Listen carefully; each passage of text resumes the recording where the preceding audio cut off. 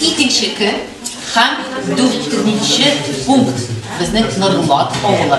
Hozir unda hisob sessiyasi boshlandi. Kitoblarni jamoat olib keldi. Bizni любой biz jamoat kelasiz dastonsiz kitoblarni sotib olasiz. 120 so'm esa kitoblar bik ishtalikli bik motor kitoblar. Jurnallarimiz da var elimizde. Bir işlerlikli bir kadro şulay yok. Rasıçlı. Ondan rahmet ederiz. İnde hazır. Bundan yasalan kurgezmelerle tanışıp ederiz. Kızlarımız restoranında silek gittik güzel. Müşterileriniz siz koyda pişirip geliriz.